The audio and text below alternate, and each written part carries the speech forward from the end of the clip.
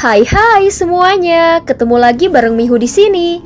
Oh ya, kali ini Mihu akan membawakan alur cerita Donghua yang berjudul Battle Through the Heaven. Mihu mengingatkan sekali lagi ya bahwa konten ini full spoiler. Tanpa lama-lama lagi, yuk langsung aja kita masuk ke isi ceritanya.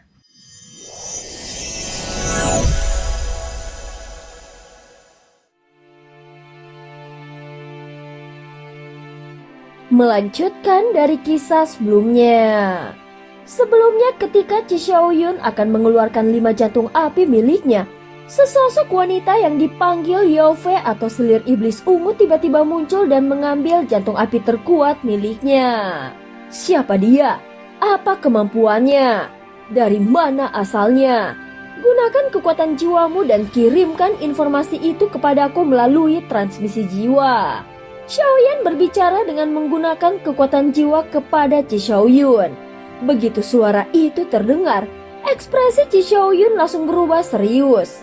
Dia baru menyadari bahwa ternyata Xiaoyan memiliki kekuatan jiwa yang luar biasa kuat. Kekuatan jiwanya sudah melampaui batas biasa, bahkan mencapai tingkat Rana Alam Giok. Tingkat yang dianggap sebagai batas tertinggi bagi sebagian besar alkemis. Di atas itu masih ada alam void. Namun mereka yang mampu melampaui batas itu sangatlah langka. Hanya mereka dengan bakat luar biasa yang bisa mencapainya. Di antara para dewa, kekuatan jiwa semacam itu sudah dianggap sebagai eksistensi tingkat tertinggi. Makhluk itu bernama Xian Huo Yao Fei. Aku tidak tahu pasti dia berasal dari dunia mana. Hanya saja aku mendengar dia sudah berkelana melintasi berbagai dunia. Menelan jantung api satu demi satu dan kekuatan intinya adalah jantung api guntur. Konon katanya jantung api leluhur itu dapat menelan semua jenis jantung api lainnya. Mengenai tingkat kultivasi dan kekuatannya, tidak ada yang tahu pasti. Aku sendiri hanya tahu namanya saja. Yang jelas, makhluk itu memiliki pemahaman yang sangat tinggi tentang elemen api. Chi Xiaoyan langsung menjelaskan semua yang diketahuinya dan Xiaoyan menyimaknya dengan serius. Jantung api leluhur mampu menelan jantung api lainnya. Bahkan dia memiliki jantung api sekuat itu.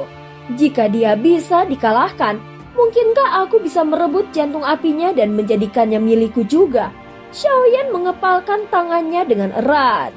Dia tahu saat dia bertemu dengan sosok itu dalam bentuk roh api di laut api pemusnah langit, semuanya seperti sudah direncanakan. Namun dia tidak tahu apa tujuan makhluk itu.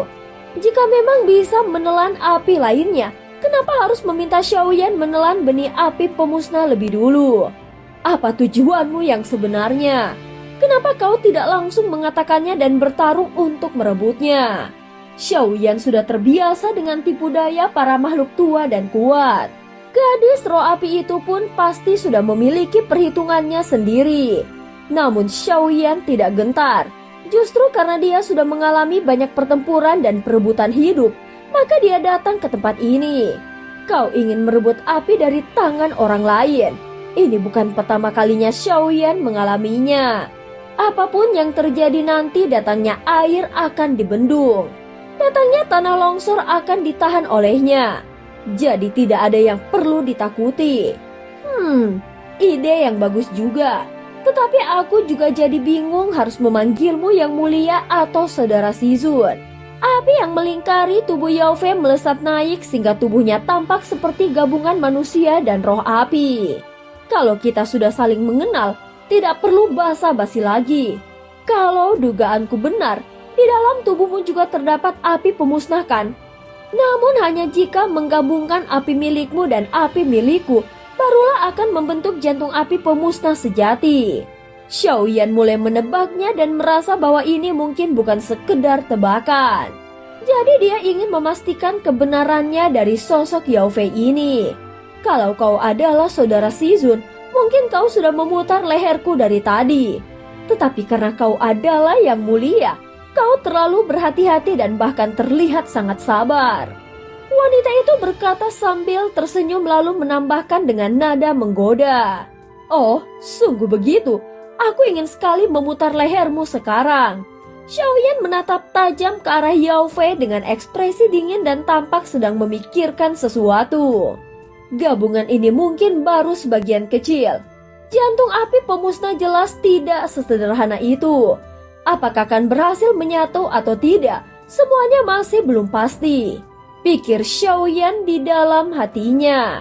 Aku telah menelan lebih dari 100 jantung api. Bahkan di dunia sensi ini aku juga telah melahap beberapa. Namun setiap 10 yang kutelan, hanya satu yang bisa kulenyapkan dan bentuk kembali. Oleh karena itu aku butuh menelannya sekali lagi. Serahkan benih api pemusnah yang ada di tubuhmu. Biarkan aku melahapnya bersama-sama untuk menyatukan jantung api pemusnah sejati. Jika berhasil, kakak boleh melakukan apapun padaku. Semuanya bisa kuberikan padamu. Kau tidak boleh melewatkan kesempatan ini. Kau bisa merasakan jalan 1000 apiku. Sesuatu yang bahkan sangat diidamkan oleh para alkemis dan para kultivator api. Saat dia berbicara, kerah pakaiannya terbuka sedikit menampakkan kulit putihnya yang halus seperti batu giok. Lalu bergerak pelan seperti kelinci kecil menggoda Xiaoyan dengan lembut. Melihat ini, Xiaoyan hanya bisa menghela nafas di dalam hati. Satu saja sudah cukup membuatku hampir gila. Sebelumnya, aku juga diikuti oleh Ye Beijing dari dunia kuno dewa abadi dan iblis. Sekarang malah muncul lagi yang seperti ini. Kenapa banyak wanita yang kutemui selalu bersikap seperti ini? Tidak pernah ada yang benar-benar tulus. Namun ketika dipikirkan kembali, dia menyadari bahwa mereka tidak hanya mengejar pencerahan dari tubuhnya, tetapi juga ingin mendapatkan manfaat dari kekuatan dan status miliknya juga. Baik itu yang mulia atau Shizun, keduanya membawa kekuatan dunia sensi yang tidak bisa diukur. Jadi siapa yang tidak tergoda untuk mencicipi sedikit dari kekuatan mereka? Saat ini hanya mereka yang benar-benar menjadi istriku yang layak menikmati kekuatan dunia sensi milikku. Adapun wanita lainnya masih tidak layak dan jangan bermimpi. Jika kau tetap menginginkannya, maka kita bisa tentukan saja dengan pertarungan. Kau bunuh aku dan rebut apiku, atau aku yang membunuhmu dan mengambil api milikmu. Xiaoyan mendengus dingin. Di antara kedua alisnya cahaya putih berkilau samar. Sedangkan Yao Fei dia menarik kembali semua api ke dalam tubuhnya. Dia tampak sudah siap menghadapi pertarungan. Yao Fei memiliki kemampuan untuk menelan semua jenis api.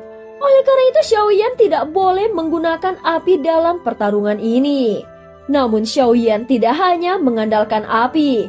Dia juga memiliki kekuatan guntur, kekuatan jiwa, bahkan kekuatan dari klan Yuanzhen ranah kuno.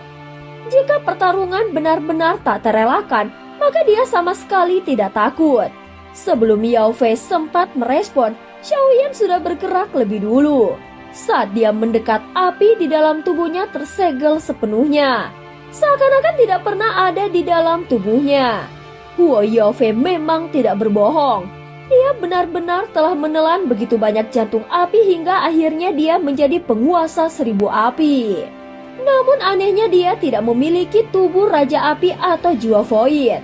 Tetapi entah mengapa dia tetap bisa menelan begitu banyak jantung api. Apakah dia memang ingin menelan semua jantung api? Atau sebenarnya dia melakukannya dengan terpaksa? Xiaoyan bertanya di dalam hatinya.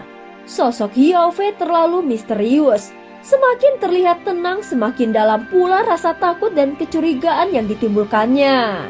Siapa dia sebenarnya? Saat Xiaoyan semakin mendekat, terdengar 7 ledakan keras di udara dan dari kehampaan muncul bayangan-bayangan samar yang melayang dan kemudian meledak, menciptakan gelombang kehancuran yang mengguncang langit. Seketika Yao Fei melepaskan semua kekuatan apinya mulai dari api ungu, api putih hingga api pelangi. Semua kemampuan yang biasanya dimiliki oleh berbagai jantung api kini tampak berkumpul di dalam dirinya. Seluruh api itu menyatu membentuk lubang hitam api lalu meledak dengan kekuatan yang luar biasa. Sehingga mengubah segala yang ada di depan mereka menjadi lautan api yang berkilauan. Suara ledakan menggema dari segala arah. Api meluap menjadi lautan pelangi yang menelan seluruh langit dan bumi. Setiap jantung api juga tampak saling bertarung di dalamnya. Kakak tersayang, segini saja masih belum cukup. Suara manja Yaofe terdengar di balik lautan api. Api itu tiba-tiba menyapu naik, menelan semuanya dalam keheningan mematikan. Kemudian membakar dan menghapus semuanya menjadi debu. Namun pada saat yang sama, tubuh Xiaoyan berubah menjadi setinggi jutaan kaki. Kemudian dia mengangkat satu tangan raksasanya dan menghantam turun seperti bintang yang runtuh menabrak bumi. Serangan pukulan ini bisa menghancurkan apapun yang ada di bawahnya. Sehingga semua makhluk dan energi bergetar hebat seperti bangunan kayu rapuh yang hendak runtuh. Di sisi lain, Yaofe hanya mengangkat satu tangannya. Dalam sekejap semua api yang ada di sekitarnya meluncur ke ujung jarinya lalu membentuk bola api raksasa seukuran 8 kaki. Kekuatan yang terkandung di dalam bola itu begitu padat sehingga hampir tidak stabil. Bola itu menyala dengan cahaya ratusan warna seolah-olah membelah kekosongan dari ruang. Inilah hasil dari menelan 100 jantung api. Aku menyebutnya jantung 100 api. Kakak, aku ingin tahu apakah kau bisa menahan rasa manis dari api ini. Saat kalimat itu selesai, bola api jantung 100 api langsung ditembakkan ke arah dada Xiaoyan dengan kekuatan pembunuh tanpa kompromi. Meskipun bola api itu terlihat sederhana dan tidak mencolok, namun itulah yang membuat sosok-sosok seperti Ji Xiaoyun dan King Teng merasa seluruh bulu kuduk mereka berdiri. Dan cerita pun berakhir. Terima kasih udah dengerin Mihu dari awal sampai akhir ya. Please jangan lupa untuk like, comment, and subscribe. Sampai jumpa.